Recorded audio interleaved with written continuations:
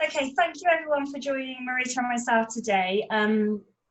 This is the second time I've hosted a webinar on the Motivation Isolation Desk platform, and my last session was about employee engagement, and this one is similar to that in terms of it's focused on employee engagement, but it's focusing on how we can ensure that we're engaging employees when we look to return to work. As we know, the current situation is that we still have people furloughed, and that's going to be extended to the end of October, but also with changes from August, we're still waiting for clarification on what those changes will be, but also that we've got people working from home, and also now looking to return to the workplace. So we know that businesses will be looking at that from a logistical point of view. What does it mean? What do I have to do to come back to work? What health and safety guidelines do I have to follow? And all of that obviously is very important. But for us, something that's equally as important is people and how we're looking to re-engage or keep our people engaged during this time. So that's what we're going to focus on today, employee engagement in terms of re-engaging people on the return to work process. So for us, employee engagement is really important because an engaged employee is one who feels part of the organisation, they feel they have meaningful work, and therefore they'll be more motivated and productive, so therefore it's beneficial to the business. And for us, like I say, it's really important that we work with our clients now more than ever on creating and in maintaining engagement with their team. So HR Star was set up 5 years ago by me. I've worked in HR for over 20 years in various roles, HR roles, but for me, the important sort of part of starting my own business was to do HR a little bit differently. So we focus on employee engagement, and something we created last year at HR Star was our Employee Engagement Star. And this for us shows sort of the elements that we believe is really important when looking to create an engaged workforce. So we have people strategy, reward and recognition, workplace and wellbeing, vision, mission, values. So we work in partnership with our clients to sort of focus on each area or all of these areas to create an engaged workforce. Last year we were looking to partner with an L&D specialist, a learning development specialist, to help us design bespoke training for our clients, and so we were very fortunate to find Marita. So Marita's been working with us at HR Staff for the last sort of 6 months or so, providing training for our clients, but in terms of this return to work offering, she's been key in helping us design a program that will focus on employee engagement when we're looking to return to work. So Marita, over to you. Lovely, thanks ever so much. I've obviously been working with Kelly and the team at HR Staff for a short while now, and we're really keen to be focusing on things like management development and coaching, and just helping people work through things like change and mental health and well-being and performance management. And maybe like most of you, I really haven't through my entire career really come across much that's prepared me for dealing with an international pandemic. But I think maybe also like you, I think I've been reflecting on all the work that we've done in the past with change and restructures, and I think that a lot of the reactions and emotions that we've seen through things like that in our careers are probably as similar as we're going to get with the situation that we're in now. So like Kelly, I completely agree that employee engagement is going to be key to how we help people to get themselves back to work in a successful way. And with that in mind, that we want to run this session today, really focusing on the very specific return to work period, which is now and in the run up to what your day one of return to work, whenever that day one might be, and in those immediate days and weeks following that, what can we do in that precious amount of time to help people to adjust as well as possible. So what we're going to be covering today is the benefits of trying to engage people in that way. We'll look at some of the planning that you can do, which will incorporate people into that way of working. And some practical solutions, hopefully, because I don't know about you, but when I come to webinars and what have you, I like to know what I can actually do in order to make these things happen. So hopefully we'll cover some of that off for you. Certainly as we go through all this, please put your ideas in the chat, because it's not just about what we can suggest to you, but I'm sure you might have some ideas too that we can share with everybody here today. So at the moment, if I just get into things then, at the moment we're obviously in this period now where we're going to have this protracted period of time where people will be coming back to work in fits and starts, really. And I'm going to ask a question of Kelly in a sec about that, and it's going to be about what are the concerns that people have about the return to work. But before I do that, I just wanted to say to you all, while Kelly's answering that question, if you could be thinking about what your concerns about the return to work might be for you, because then as we go through the webinar and we start talking about the solutions, you can be cross-checking your questions or your concerns, against the solutions that we've spoken about. And if there's anything we haven't covered, then you can shout that out and put it in the chat or raise a hand, and we'll be able to think of something on the spot for you, hopefully. Okay, so Kelly, back to you. So you are speaking to lots of people at the moment about returning to work. What concerns are people talking to you about, and more importantly, are they talking to you about people, or are they really focused on the operational side of things? Yeah, I think from me, we obviously work closely with our clients, and we obviously work with them on engaging their teams, but for them, their main focus, I think, is on the business and how this situation has impacted their business and what that means, now and in the future for business in terms of reduced turnover. How are they going to recover? How are they going to get new clients or replace clients? So I'm seeing that, do we need our current size office? Do we need to look at reducing overheads in terms of, our smaller offices, etc. So whilst there is some focus on people, I wouldn't say it's top of the agenda. I'd say it's more operational at the moment. And when we have heard about people, it's unfortunately more so, what if I don't need all my teams? What if I don't need to bring them all back? Or what does it mean if I want to change their roles? Or what if I want to keep some at home, bring some back? So I'd say still focusing on the operational side rather than the engagement side. And interestingly, on the other side of that, when I've spoken to a few clients who furloughed their people, and speaking to those people who've been furloughed, they're very much feeling, what's happening? When am I going to be told when I'm returning to work? If I'm returning to work, has my job been impacted? So I think they're also feeling that they've been probably left a little bit out in a lurch, and I think that's because clients don't know what to communicate to them, so maybe just haven't communicated anything. So yeah, real mixed bag, but definitely not sort of hearing people say, how do I keep my employees engaged, unfortunately. Damn. Well, at least we know we should be doing this webinar. That's something. So, yeah. Good. Okay, I mean, so I'm not going to take us through this slide. I think we're probably all kind of the same mindset, where why is it important that we do engage our people, and it's for all of these kind of reasons. But then if from everything you just said there, Kelly, if the business is thinking about, I guess, the kind of more the more unsavory side of HR rather than the engagement side of it and the development of people and the fulfillment of people, then we're going to find business is going to find a real big gap that needs to be bridged there. Employees are thinking one way and they're thinking a very different way, so it's probably not the best recipe. Okay, so if that's the case with that, what do we do then? Because we know that people should be at the top of the agenda if this is going to be as successful as possible. So how do we help businesses to involve people when it's not their natural style or their natural preference? I suppose before I go into that, there's going to be a real word of warning here, isn't it? People are going to be really busy at the moment. They're going to be busy and they're going to be stressed, and they're going to be looking at operational stuff and safety stuff and financial stuff. So it's going to be really easy for people to fall off the agenda. So more than ever, we're going to have to hope and plan that we do crowbar people onto that agenda, because it is people that often slip when we're busy with other stuff. So I think that's really important, and we need to understand that returning to work is not going to be an isolated event. It's not a one-off. It's going to be going on for quite a long time, and the impacts on people are certainly going to be really, really lengthy.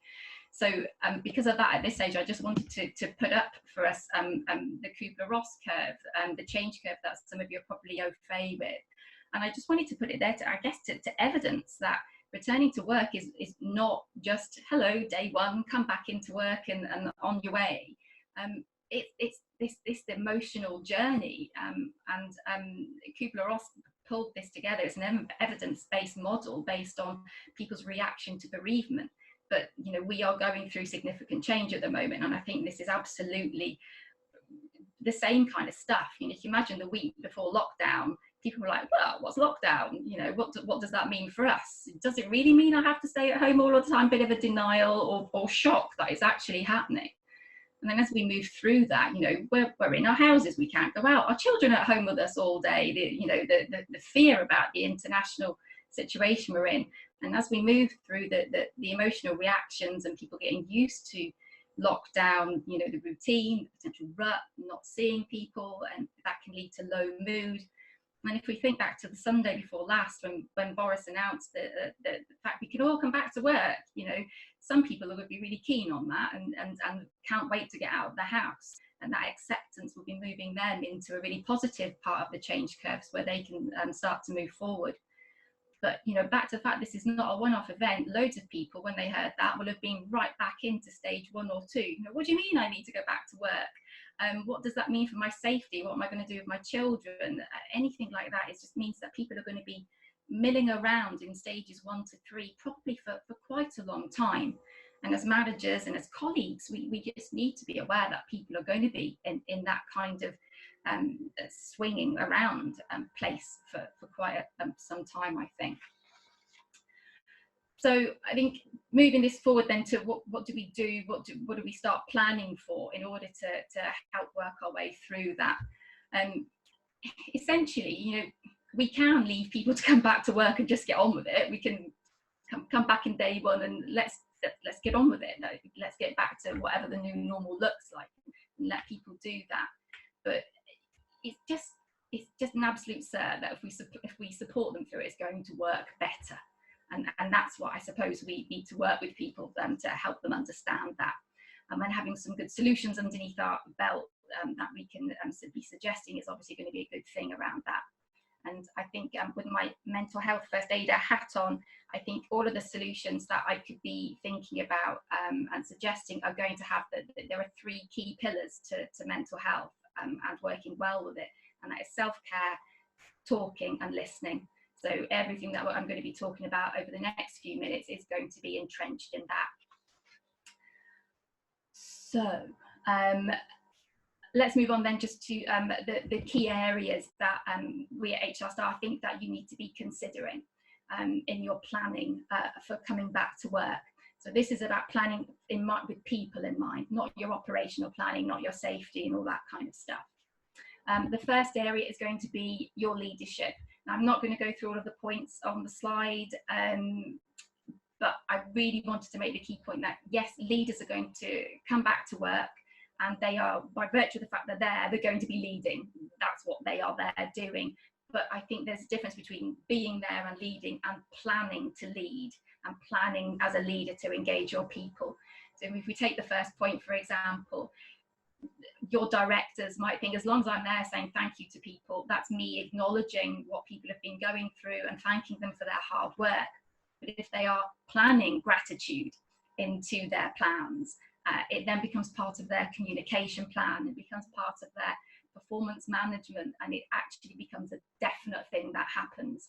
And I'm just more comfortable with that because I'd like to have solutions in place where I know things are going to happen, rather than just let's fingers crossed hope that each director will be demonstrating appreciation over the next few weeks. Managers are then the same. Again, managers will be there and they will be managing, but how are we planning for our managers to better include their people in what they're doing? So how do we support them to translate and adapt to the strategic and business plans that the leadership team are putting into place? How do we encourage them to implement those plans consistently across their team, or across, they might have more than one team? And managers are just key, aren't they? They're the ear to the ground. They can hear what's going on, and they need to be mindful of that and not be busy. You know, if we plan in the fact that we want managers to be listening and taking temperature checks, then we are more likely to do that. And likewise with the practicalities, leaders are going to expect managers to sort through the practicalities, but if we don't plan in time for that, will they have the time and the motivation to do that as well as they might? And finally, just in planning terms, communication again will happen whether we have a plan for it or not, but how well will it happen? So on that point, Kelly, you've spoken with oodles and oodles of clients and done loads of engagement surveys in the past. When you do them, what responses do you get about communication from employees?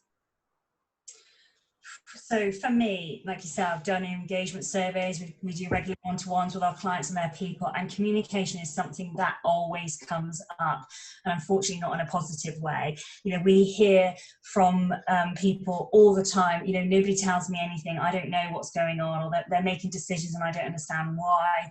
You know, sometimes they communicate to us, sometimes they don't. So, you know, we hear that communication often isn't timely, it's not relevant. That there's no vehicle for them to be able to feed back, you know, back up to the top. It's all top down. That they don't understand how their role is playing a part in the bigger picture. That things change and they're not told why.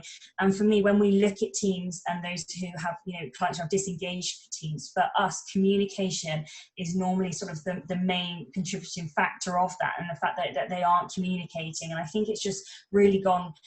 You know, it's really shown us that. Then when I have been speaking to furlough teams, even, you know, in our clients who are really good at keeping their teams engaged, they just haven't been talking to their people, those who are furloughed, and those people are sat there wondering what's going on. And, you know, they've said to me, even if they communicate something, even if it's like, do you know what, I don't know when you're going to come back to work, but as soon as I do know, I'll let you know. It's something, and something's better than nothing.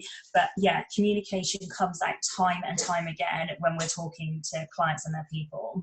Yeah, and it's that vacuum, isn't it? If you don't have communication, if there's a gap, it just gets filled, doesn't it? And it gets absolutely bad stuff. It's human nature that conjecture will fill that gap, and that's not going to. And we always say to our clients, tell them something, even if it's that you've got nothing to tell them. If they will always assume that you have and you're keeping stuff from them, and like you say, they'll just fill that void themselves. So even if you say, you know, business is good, everything's fine in normal situation, communicate something and make sure it's regular, because also that helps build that trust and that, you know, good working relationship as well. So yeah, definitely communicate. Yeah. And I think this is it. So I mean, I think that just illustrates that there needs to be a communication plan, because who is accountable for that communication? Who's going to make it happen? So I think when it comes to that communication plan, all the points on the slide there are just so important, because people will notice that there is no communication happening. They will notice that before anything else. So just key points in there about it, like you said, about it being regular, even if you're the same who don't know, and make sure that regular communication is happening, and use skilled people around you. I mean, you can have the best operational plan in the world, but if it's not communicated well, then it might fall flat on its face. So use your marketeers, for example, around you to help you with that. And remember, everyone, you know, you're going to have people at home, in the office, you might have different offices, you're going to have people just in different situations that will need different types of communication. People on maternity leave, for example, might need something very different to people that are being shielded for different reasons. Who knows? But we need to think about these things, I think. Okay, fabulous. Let's look at some of the solutions. I think what I'm going to break this up into is ideas for leaders, ideas for managers, and ideas for employees. And for employers for leaders and managers, I'll break that up into before the return to work and immediately after the return to work. I'm just going to list through these. I'm not going to try and do anything fancy. So just take notes and ask questions towards the end if you think of anything that you want to bring up. So I think for leaders, first and foremost, you know, your checklist there, the before the return to work, the communications plan. I think we've made that point. Have a communications plan, and just make it people friendly. I mean, your audience, a good comms plan is focused on who are you talking to and what is the purpose of that comms. So bear in mind, go back to the Kubler-Ross curve, your people are not going to have a one size fits all. They're all feeling very different things. So just try to have a communications plan that incorporates different methods for different styles and different people. I think going on to time with managers, leaders just really need to dedicate time to their line managers in the before the return to work period. They need to be speaking with them online, and they need to get that management team together and really buying them into the implementation plan, because they're going to be putting it into place. So they really need to support it. So an online management team meeting before everybody goes back into work, I think, is critical. And then likewise, directors, senior leaders need to be having one-to-ones with their managers as well, because at that management team meeting, the manager might not bring up their real personal viewpoint about the implementation plan. So we need to get that out in the open. And the senior managers just need to understand how the line managers are feeling at this moment in time as well. And they need to get feedback about all of their direct reports. They need to know what's going on the ground. So those one-to-ones are critical.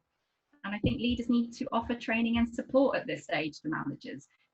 Does a manager need to have training in holding difficult conversations? Do they need to improve their awareness about mental health? But leaders need to offer that support at the outset. And I think that also shows that at least that they're caring and considering their managers as well. And then the last point there, just the company-wide messaging.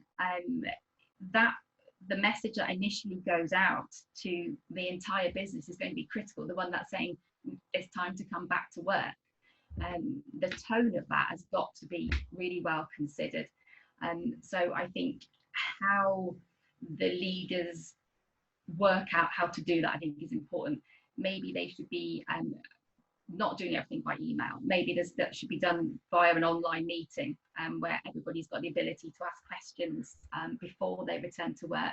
Or if not that, maybe embed a video from the chief exec or something into that email, so that it's softened in some way and feels a little bit more personal.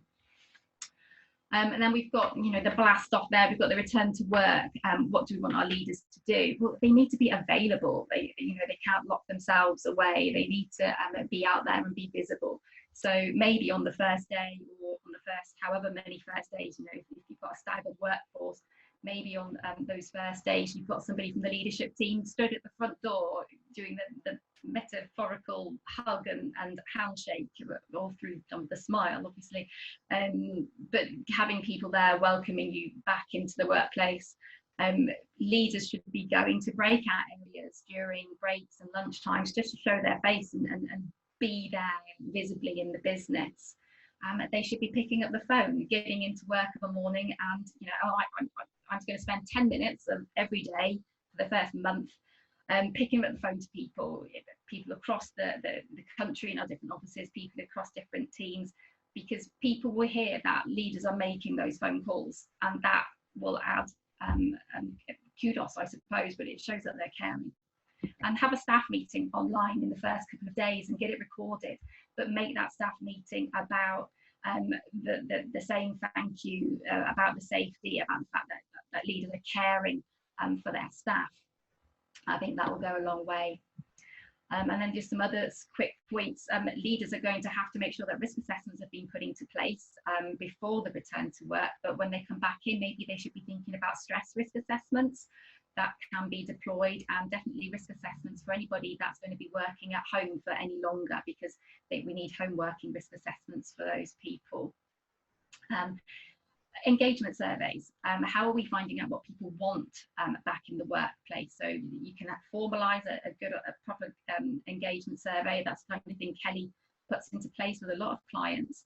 But if you don't want to use something as formal as that, then just getting people together and talking as a socially distanced way, getting feedback from people about what did they enjoy about working from home, what are they enjoying about coming back to work, what do they need to help them, anything like that, just to understand how people are.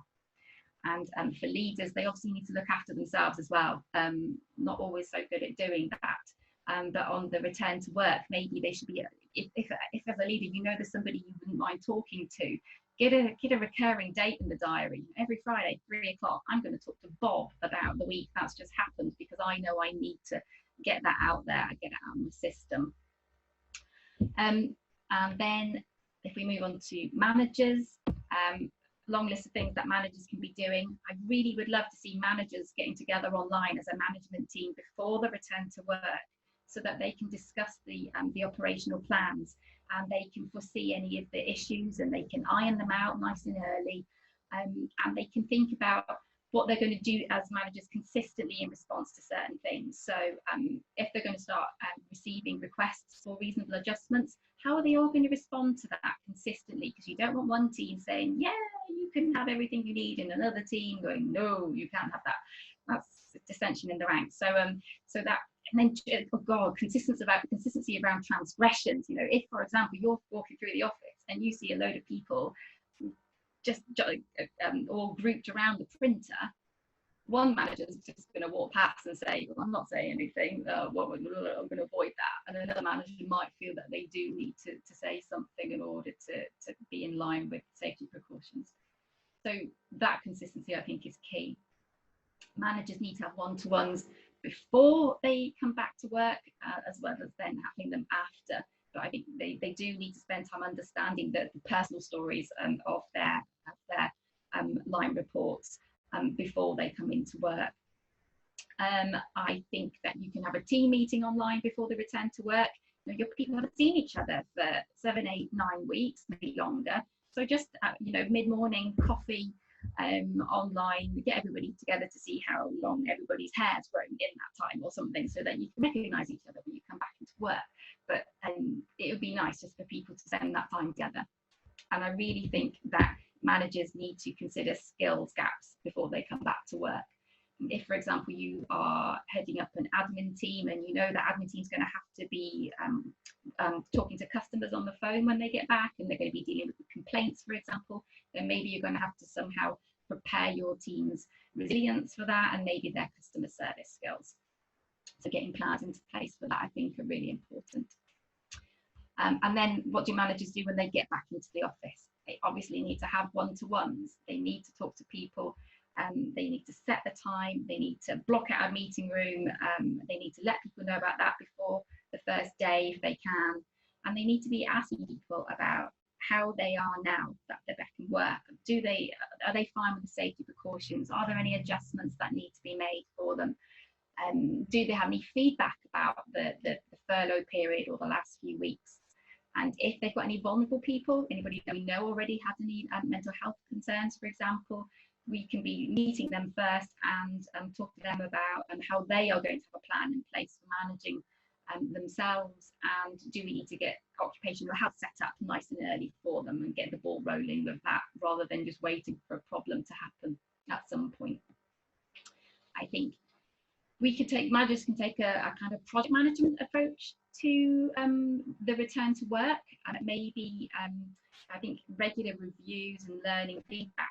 I think if you have daily stand-up meetings, for example, get people together for 10 minutes at the start of the day, make sure that they know what they're doing, help them with any obstacles to that, see how they are. You'll be able to see how they're feeling, because that, as we know, with the change curve, can change on a daily basis.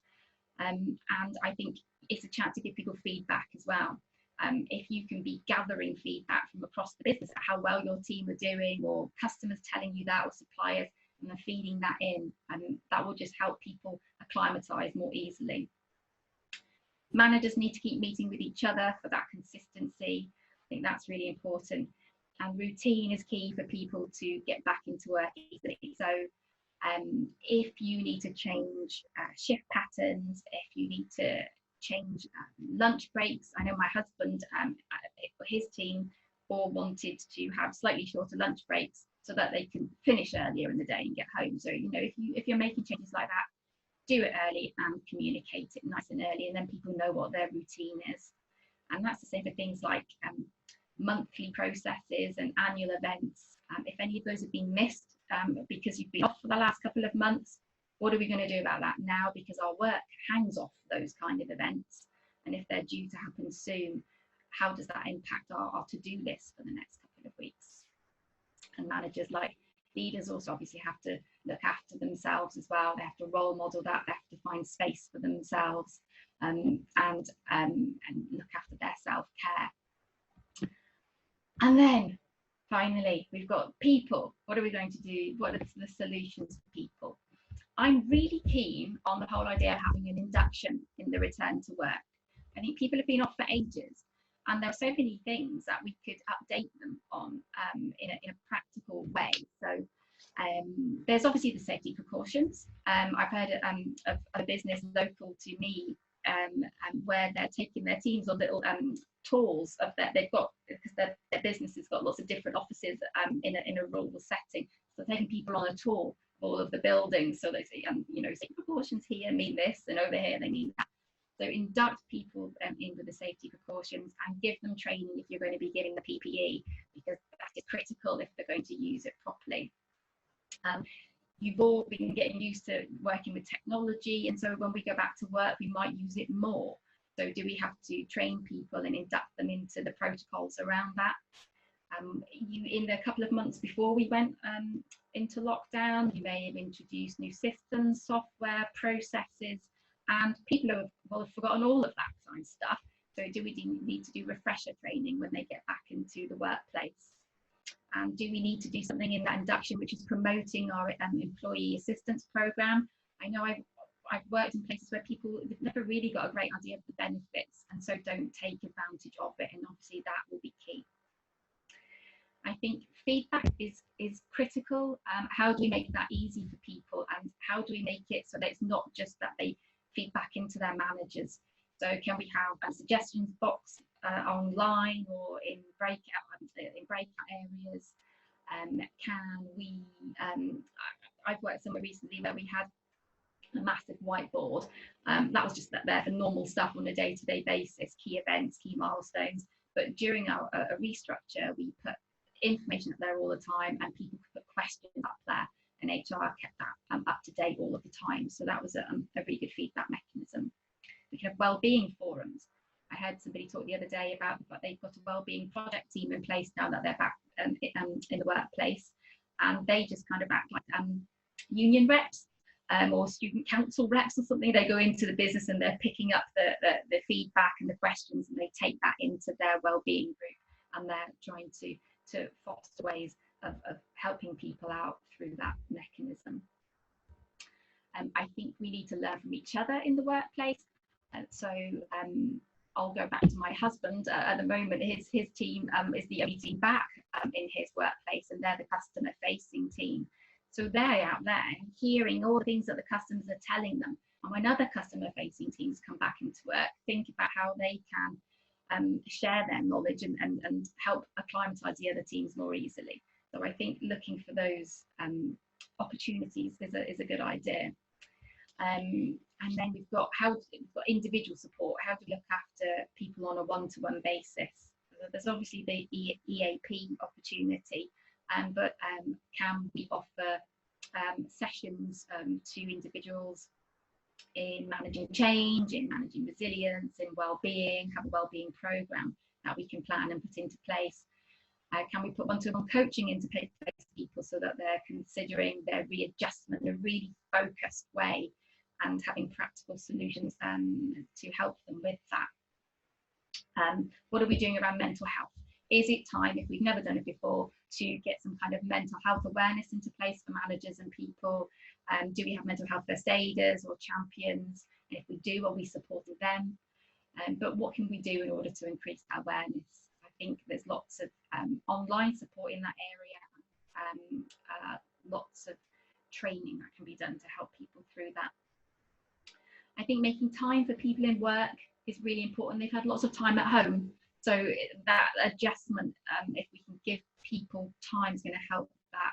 So if, for example, you can space for a quiet area where people can take their laptop and go off to work, that might be a grand idea. Are you happy with people wearing headphones so that they can listen to music and get on with their work without the busyness of the office going on around them? That might be a good thing for them. Is it a good idea to give people shorter but more regular breaks, or the occasional longer lunch break, so that they as a team can go out for a walk or something together? But I think recognising that people might just need a bit of padding in their day might be a good thing. And then the last couple of things, I think CSR opportunities are what we're doing for corporate social charitable work might be a really good thing. If you've been volunteering while you've been off work, you might want to come back and carry on giving back, and that's going to help you to settle back in, knowing that you're doing something good in the workplace. And then there's the social stuff, there's being together, and more people that are like-minded to have ways of finding each other in the workplace. So I've worked in places where there are running clubs and knitting clubs and book clubs, so we can encourage people to set those back up again. And they might need help with that, you know, so that, you know, a running club, how do we socially distance while we're running? But if we give them that support actively, they can get on and do that, and that's something that the managers don't necessarily have to worry about. And I think that's the end of my list of solutions. I think there's loads of them now, and I think there's just going to be stacks and stacks more as well. So it'd be interesting to see if anybody has come up with any ideas there. But at this stage, I'm going to hand back over to Kelly. Thank you, Marita. Thank you for that. I think you'll all agree that there is a lot of things that we need to consider in the run up to and during the return to work, and not just, you know, that initial return to work, but how we're going to be supporting our people longer term as well. And I appreciate that, you know, there is so much to consider, and some businesses may have considered some, not all. So something that we have developed at HR Start is our return to work program, which, you know, can focus on different elements and areas of you know, everything that Marita's talked about today. But it's going to be key. Communication is going to be so key.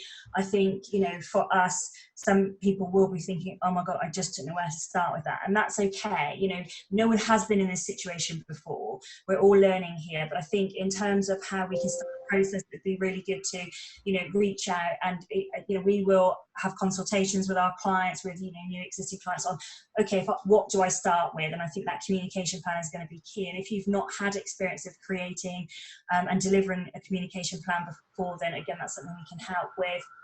Coaching for leaders and managers. Again, a lot of our leaders and managers won't have been in this situation before, won't know where to start. I think what's going to be really important to remember is everyone's going to be affected really differently by this situation, whether you've been continuing to work from home, whether you've been furloughed and for how long you've been furloughed, also personally how you've been affected by coronavirus. So you're going to be dealing with a real mixed bag of people, emotions. So, you know, thinking about how am I going to make sure I'm, you know, supporting all of my people, so we can provide coaching for leaders and managers. And I think managers especially are going to be that middle sort of like part of the puzzle in terms of, you know, working with their leaders. Their leaders are going to be feeding stuff down to them, but they're going to be out there on the shop floor, if you like, actually supporting and delivering this to the people. And then skills sessions for managers. So we've often seen people who've been promoted into management positions because they're good at their role, but being a manager, as I'm sure you all agree, is tricky, and now more than ever with what we're dealing with. So, you know, how are we making sure that our managers have the right skills to be able to support their people? And then if it's that we need to, you know, spend some time with our teams, if they do need, you know, skills development because their roles have changed, and we're asking them to do different things now, how are we making sure that they have the skills as well? And I know there's a lot to consider here, but, you know, I genuinely believe if we take the time and do this properly, that transition back into the workplace will be a lot smoother, and businesses will be able to recover a lot quicker from that. So lots of information here. If anybody would like to find out, you know, more about our return to work program and more about how we can work, you know, with people on this, then please do get in touch. We're offering a complimentary discovery call where, you know, if you just want to ask a few questions, or if you want to find out more, like I say, about the programs and how we can support you in this time, then, you know, more than happy for you to get in touch, and we'll jump on a call to talk through different options with them. So thank you again to Marita for today, and thank you for everyone for joining us. Wonderful. Thank you very much, Kelly and Marita. That was really, really informative. I think there's so many things to consider when engaging people back in the workforce. And if anybody's got any specific questions that they'd like to ask, please do drop them into the chat, or, as I said, click on the button under participants to raise your hand, and we can ask those on your behalf.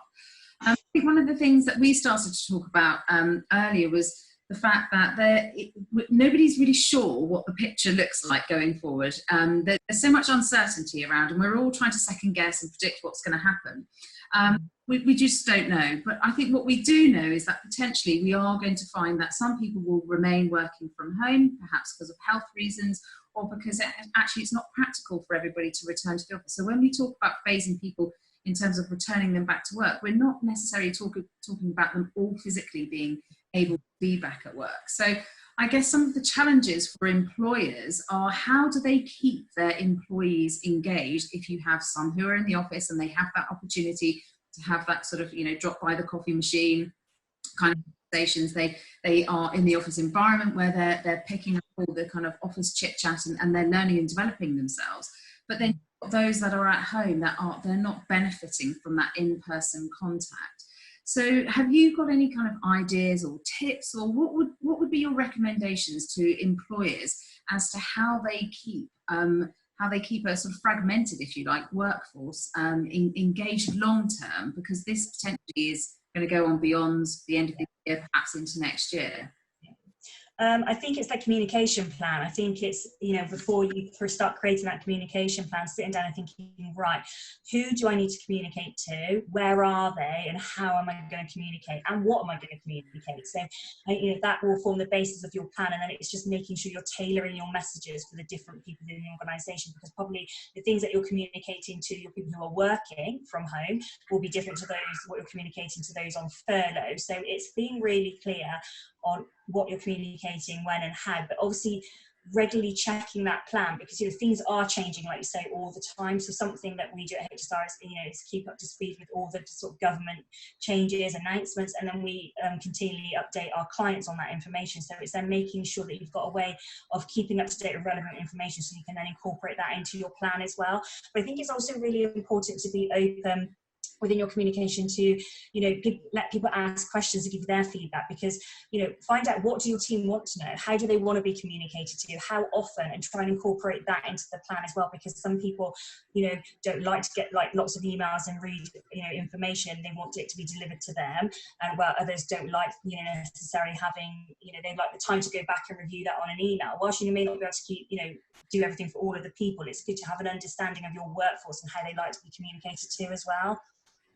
Yeah, I think there's going to be ongoing lots and lots of different events that people can put into place. You know, I think you can, getting people together online on a regular basis, just make sure that happens. You know, you can team everybody, you can Zoom everybody, and make sure that, just for info, you know, you can have a business update, you can make it informal, make sure that's happening on a regular basis.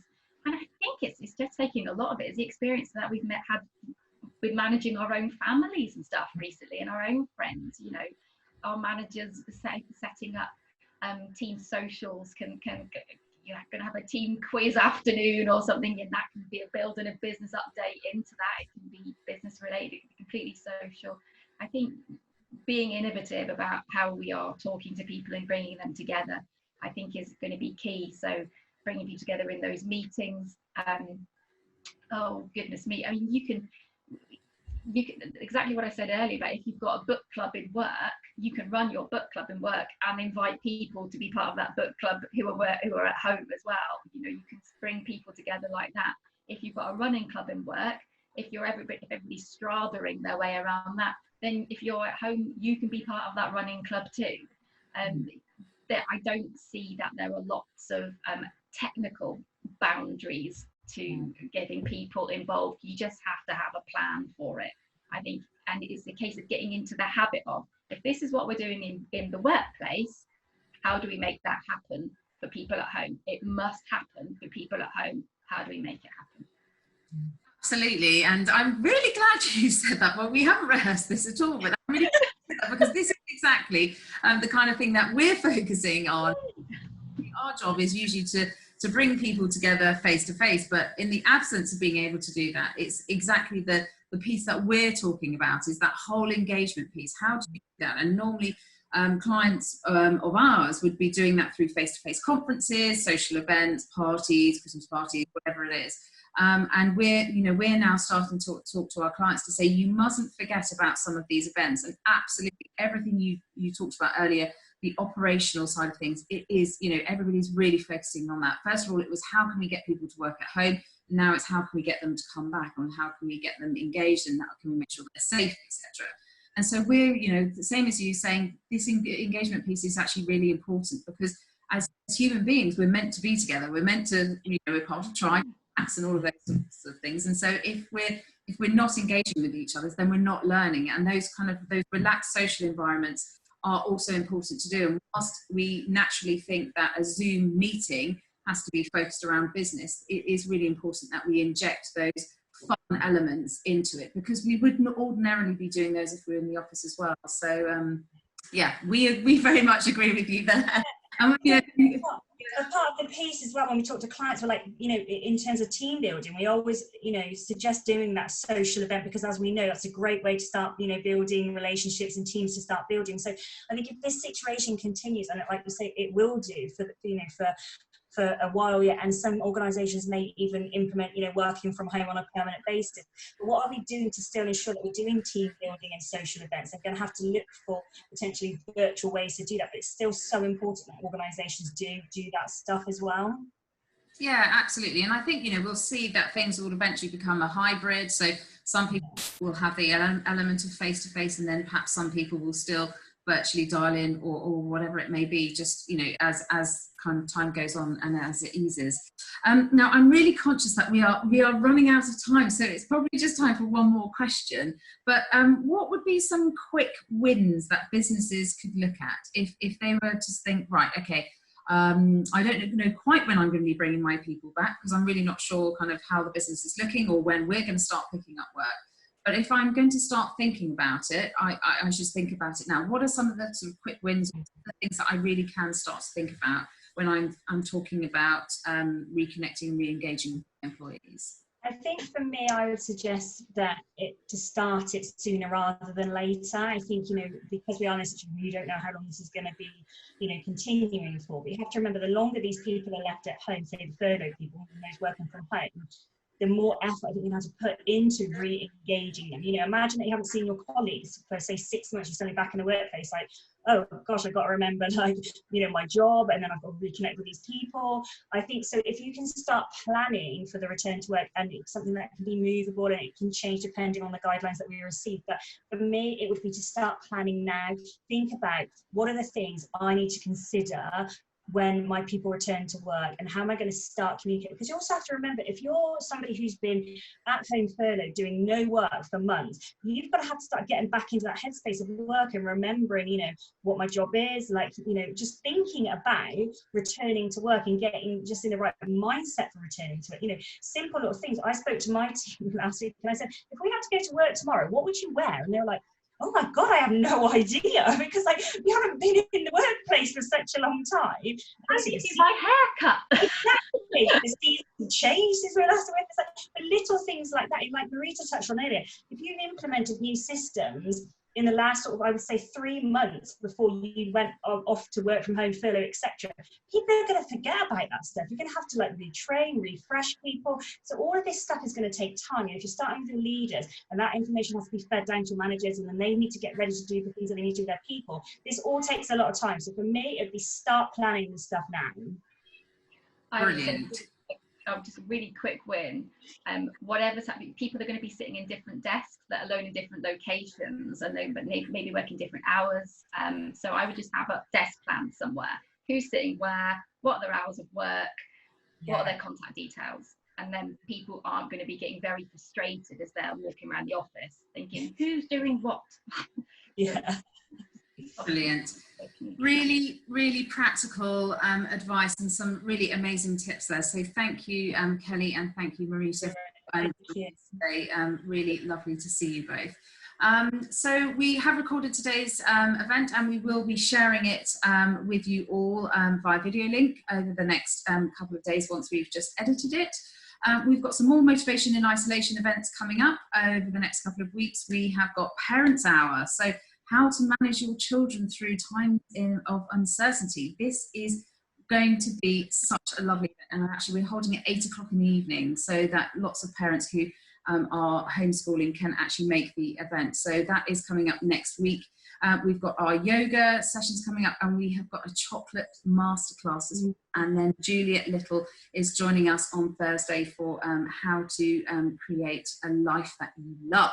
So lots more to enjoy, and all of our previous sessions, including Kelly's first session with us, they are all available on our YouTube and Vimeo platforms. So head to the Zest Global Events website, Motivation in Isolation page, and then you can access all of the video content there. So thank you everybody very much for joining us, and thank you again to Kelly and Marita, and we look forward to seeing you again soon.